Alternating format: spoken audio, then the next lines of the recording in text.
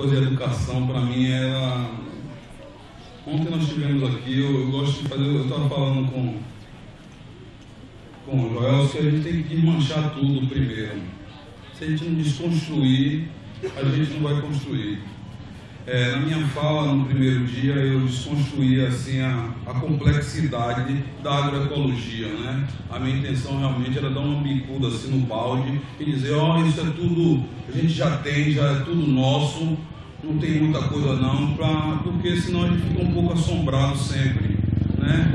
Quando a gente fala a questão de como nós afrodescendentes fomos chamados de negro, assusta muita gente. Há poucos dias no fórum estadual, quando eu contei a razão como o nome negro veio parar em nós afrodescendentes, algumas senhoras da Igreja Católica me odiavam.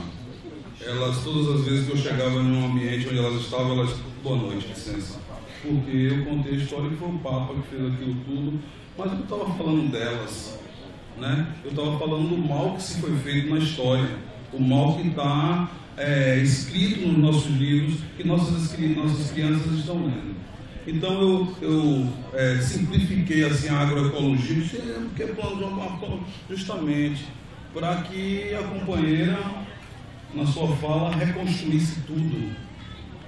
Né? A companheira fala isso, que bom, vamos reconstruir. Então, se a gente olhar para a nossa escola, a gente nunca vai conseguir nada.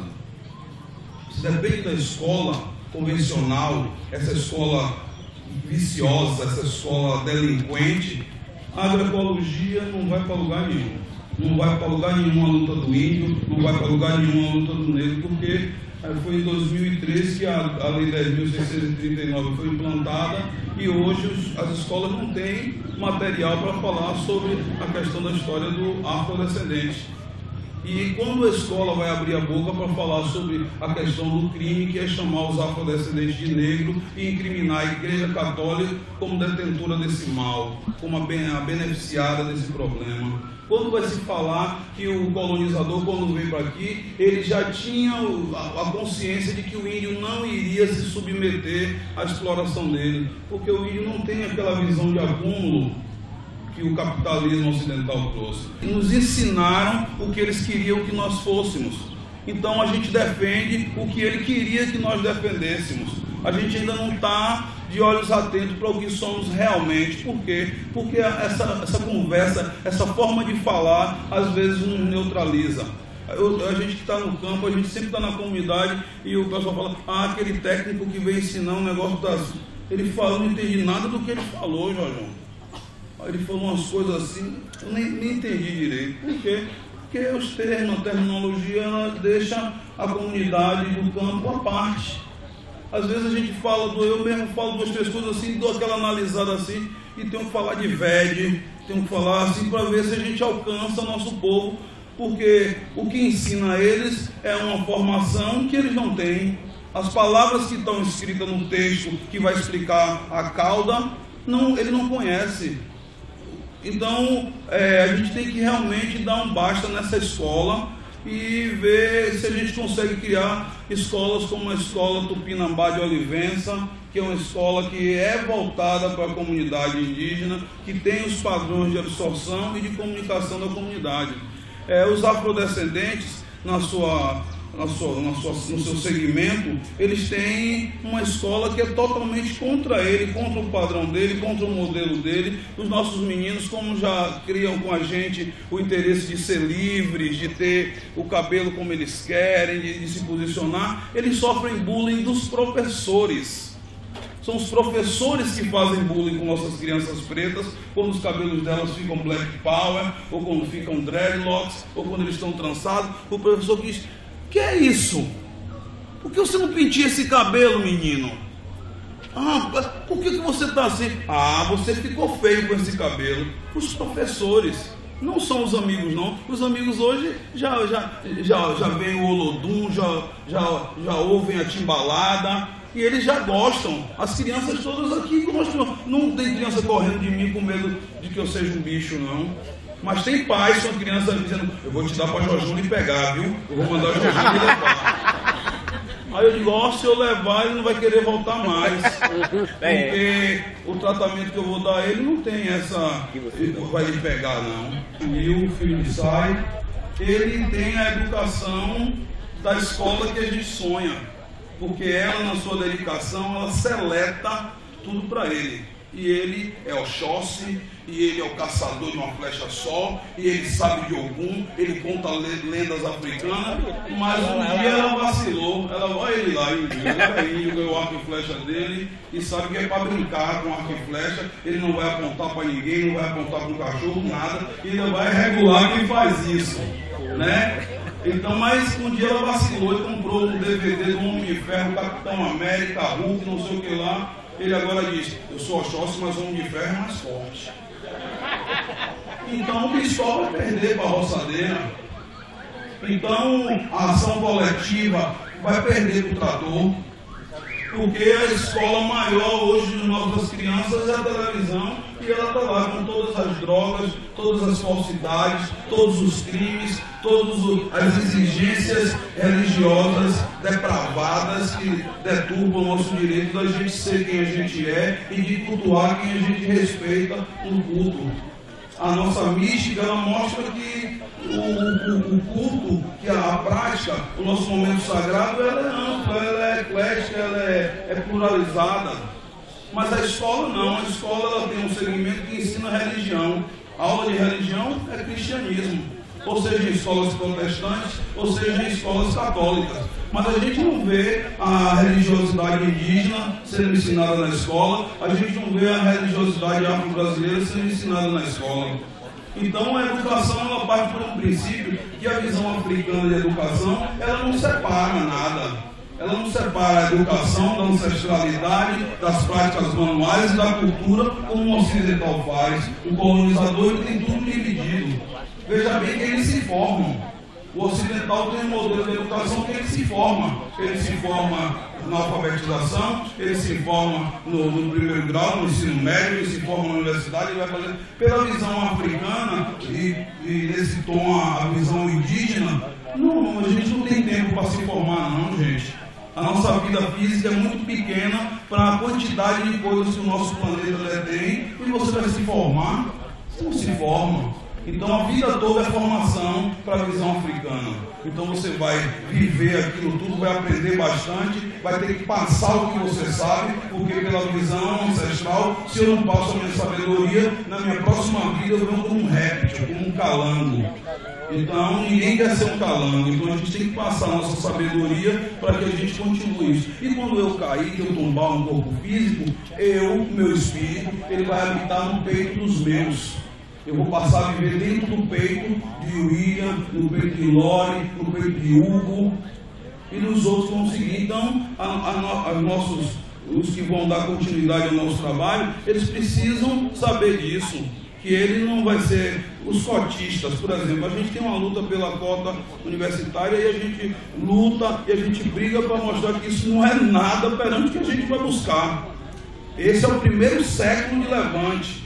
Muitos séculos estão por vir. Então, a gente tem jovens que são inseridos dentro de uma universidade através de uma luta centenária, e ele não sabe disso. Ele não se atrela às nossas tropas. Ele não se atrela aos movimentos internos das universidades. Eles às vezes usam até o estilo black, né? Que a gente chama dos afropates, né? Patricinhas e mauricinhos de cor preta, que se veste como preto, mas aponta os careca, aponta o pessoal do sequestro, porque todo mundo vê na televisão, o sequestrador roubou a madame não sei quem, cortou a orelha e mandou, aí todo mundo, vixe, tudo criminoso, que cara do mal, que mente ruim, que mal ele fez. Aí você pergunta, de onde vem esse sequestrador? Onde é que está esse sequestrador? Quem formou ele em sequestro? Quem disse a ele que a vida dele não tem o valor de uma bala perdida? Quem disse a ele que aquela falta de tudo que ele teve não pode ser revelada na violência do semelhante? Ninguém. Porque a escola não está para mostrar isso. A escola está para mostrar o criminoso. A escola está para pintar o agressor. A escola está incentivando aos meninos que assistam um programa que só mostra negros mortos, presos, e faz o maior sensacionalismo.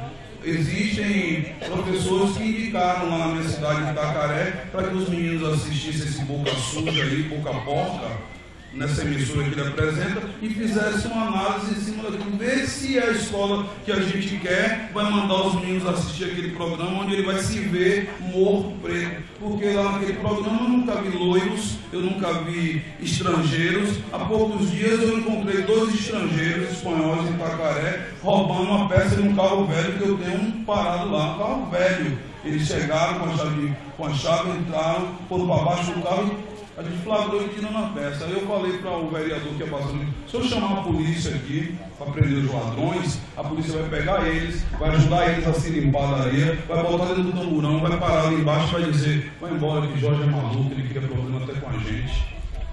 Entendendo? Mas eles estavam lá na nossa cidade roubando. Como são nossas crianças, nossos jovens, que são pegos roubando roupa de grife nas pousadas, porque foram incentivados a valorizar aquele lixo, que é normalmente segmentos exploradores, grifes que exploram os mexicanos, os chineses, que escravizam povos da Guatemala, da América Central, e a mídia faz a propaganda dessas grifes, e os nossos jovens se viciam nisso pela própria mídia, e vão lá na pousada ver a bermuda do gringo ali, do estrangeiro, e falam: pô, meu Deus, eu tenho que ter uma daquela, a menina vai pirar quando vestir. Aí ele vai lá e pega, quando ele desce, a guarda municipal ou a polícia. Lá a gente tem a CAERP, que é uma polícia extremamente violenta, pega os meninos, algemam um camburão que não tem a cobertura e desfilam na cidade com os jovens presos para mostrar que eles são bandidos. Então, essa sociedade, ela tem uma escola marginal. Às vezes as pessoas falam: ah, Jorge faz inclusão social lá na Casa do Boneco. Não. Eu nunca vou querer incluir nossos jovens nessa sociedade proscrita, imunda, de corrupção, de roubo, de proteção do poder. Então, a gente precisa de uma escola agroecológica dentro da sua pedagogia, ou dentro da sua pretagogia, da sua pretagoginga. Uma escola que fale da nossa verdade, para que os nossos jovens possam conhecer a nossa ancestralidade, eles possam ver o valor que teve os nossos ancestrais, porque é a base para uma vida orgânica, é você ver a possibilidade que se cria quando você respeita a natureza. Quando a natureza não está de uma forma ampla, no companheiro, o valor do mutirão. Há pouco tempo nós tivemos começando a construção da Minha Casa Minha Morte, que é esses pombal que eles constroem para a gente, vai dizer que é a nossa casa. E lá nas nossas comunidades, como eu tenho aqui presente, estão os membros da comunidade João Rodrigues, que alguns deles se deslocaram também para a construção das casas do Fojo, a outra comunidade quilombola. Quer dizer, o governo do estado deveria arcar com todos os custos para pagar para a construção desses imóveis. Eles contrataram algumas pessoas da comunidade para começar a trabalhar na construção, e do meio para o fim, sabe o que eles decidiram no projeto dele? Que ia ser só em regime de mutirão, que as pessoas dos outros quilombos da comunidade iriam construir a casa lá do Fojo, depois que tivesse as casas construídas lá, ou a comunidade lá ia sair para construir as casas do João Rodrigues. Ficou claro que isso não ia acontecer, gente. Se tem o recurso para pagar para a gente trabalhar, a gente vai receber o recurso e dar a nossa participação no mutirão, trabalhando até mais tarde, se juntando no domingo, mas não deixando de receber por toda uma jornada de trabalho que o governo tem esse recurso. Então, quer dizer, eles já desconfiguraram uma das coisas que é importantíssima dentro do trabalho agroecológico, que é o trabalho de mutirão, que é o trabalho coletivo. Principalmente que a gente tem isso como meta nos assentamentos, nas comunidades indígenas, nas comunidades quilombolas, trabalhar em conjunto, porque já é uma necessidade orgânica da gente fazer isso. Porque não dá para uma família só desenvolver o trabalho. Isso é uma visão ocidental. Se você vai para a comunidade indígena, se você vai para a comunidade africana, você vai encontrar lá o trabalho coletivo. Mas não é o trabalho coletivo só no campo, não. É aquele trabalho coletivo na criação das crianças. De quem é a obrigação da criação de William? A obrigação é de Sayonara? Não é. De Sai? Não é. A obrigação da criação de William é de todos nós aqui. Porque se a gente tem que criar continuidade para a nossa luta, então ele não é importante só para a minha família, o resultado dele é uma responsabilidade de todas as famílias. Mas aí o ocidental individualizou a criança e às vezes você diz: olha lá, o filho de fulano andando com aqueles caras vai acabar fumando crack, porque aqueles caras ali fumam crack. Mas a gente fica de casa só olhando e falando, olha lá, Luciano, vai, olha. Ninguém vai lá e chama ele, ninguém vai lá e diz a ele, ninguém vai lá e procura o pai dele e diz, olha, independente de você se aborreceu ou não, seu filho pode estar indo.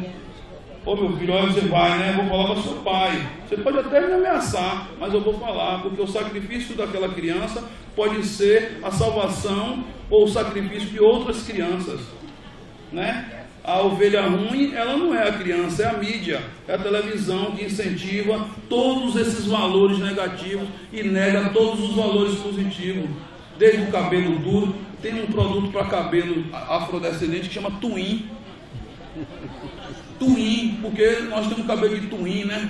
Então ele vai dar aquela amaciada. Tem uma outra propaganda que fala assim: aparece uma negra linda com cabelo Black Power, e ele fala, não se desespere, nós temos o creme não sei o que lá. Aí daqui a pouco aparece a menina com o cabelo todo liso, caído, ridículo. Mas todos que assistiram aquela cena não serão mais agroecológicos. Eles não usarão mais babosa, eles não vão usar mais o alumã, não vai usar mais a lima, ele vai usar Twin. E eu usei aqui no meu lima, alumã, como minha mãe dizia, é bom meu filho, tira daí, ó meu filho, bote arruda que não pega piolho. Tudo isso não estava na mídia, estava na visão orgânica ancestral. Então, o que eu... Você quer me usar? Então, o que é que na visão agroecológica, quando eu desconstruí essa mística complexiva da agroecologia, era porque se põe isso. E, como eu falei, a companheira colocou claramente que a agroecologia é nossa, ela tem vários segmentos, vários formatos, mas elas são nossos, não tem nada que a gente precisa importar, não tem nada que a gente precisa comprar na Windows, não tem nada que a gente precise obter dos norte-americanos, não tem nada que a gente precise da China, como é aquele Steel, não tem nada Steel, da Motor não sei o que lá, porque tudo de agroecologia já está na gente. Só precisa que a gente tenha mais valores com a nossa vida ancestral, né? Nossa vida de África, nossa vida ameríndia dos nossos índios brasileiros, que a gente tenha uma visão da nossa vida dos nossos sem terra. Porque quando o Joelson fala comigo assim, a luta que a gente tem que ter para integrar esses três segmentos, os quilombolas, afrodescendentes, os indígenas e os sem terra, porque quem são os sem terras hoje? Os sem terras são os índios e os negros. Foi a fusão entre nossos povos que surgiu o Pai, o Filho e o Espírito Santo. Os negros, os índios e hoje os sem terras, porque é o resultado dado para todos esses povos, para os povos indígenas da terra mater, os africanos trazidos para o nosso continente, e a eles foi legado o direito de ser sem terra. Então, hoje eu resumo o surgimento dessa terceira pessoa, do sem terra, que é a fusão do negro e do índio. Então, precisamos, na nossa visão de educação agroecológica, buscar a nossa ancestralidade africana, buscar a nossa ancestralidade indígena e fortalecer todo o nosso conteúdo do movimento sem terra e outros movimentos de minoria social, para a gente poder negar essa escola que está desconstruindo tudo isso que a gente tem como objetivo para essa nova construção, para essa insurreição, para esse levante. E não devemos temer a ideia de guerra, de luta, de combate, de afronto. Não vamos pegar o valor humanístico que nós temos no nosso peito pela paz, pelas visões de guerra, pela paz, e transformar isso numa frouxidão. E ficar achando que a polícia não toma porrada, ficar achando que capanga não cai baleado, ficar achando que político não é agredido também, não. A gente tem que estar pronto para isso. Eu sou uma pessoa assim que gosto de fala lenta, de comportamentos receptivos, mas eu acho que muita paz, muita moleza não vai tirar os caras de onde eles estão não, porque lá está confortável, está seguro. Os bunkers dele é difícil de entrar, então a gente tem que pegar ele do lado de fora. Obrigado.